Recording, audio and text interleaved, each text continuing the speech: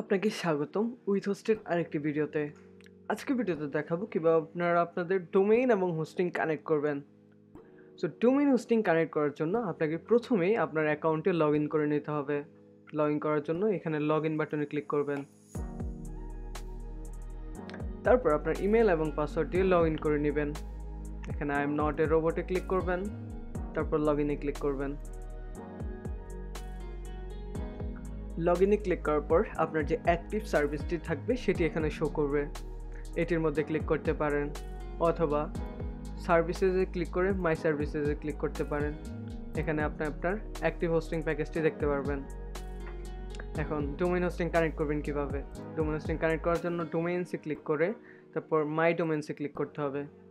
মাই ডোমেইনসে click করার পর আপনার অ্যাক্টিভ ডোমেইনে ক্লিক করবেন।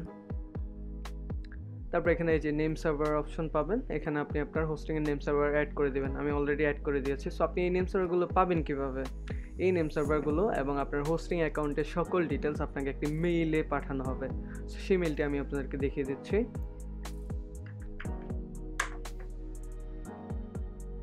তো মেইলে আসার পর নিউ অ্যাকাউন্ট ইনফরমেশন নামে একটি মেইল পাবেন।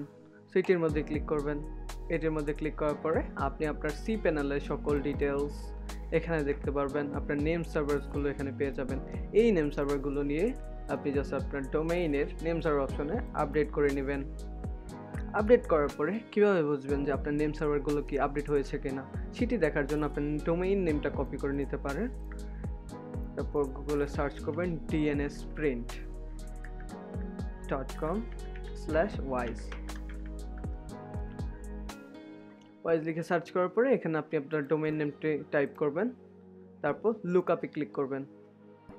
লুকআপে ক্লিক করার পরে এখানে দেখুন যে আমার নেম সার্ভারগুলো কিন্তু আপডেট হয়েছে, সেটি এখানে শো করছে। এইভাবেই আসলে আমরা আমাদের ডোমেইন এবং হোস্টিং কানেক্ট করতে পারি। আজকে ভিডিও এই পর্যন্তই। ধন্যবাদ সবাইকে।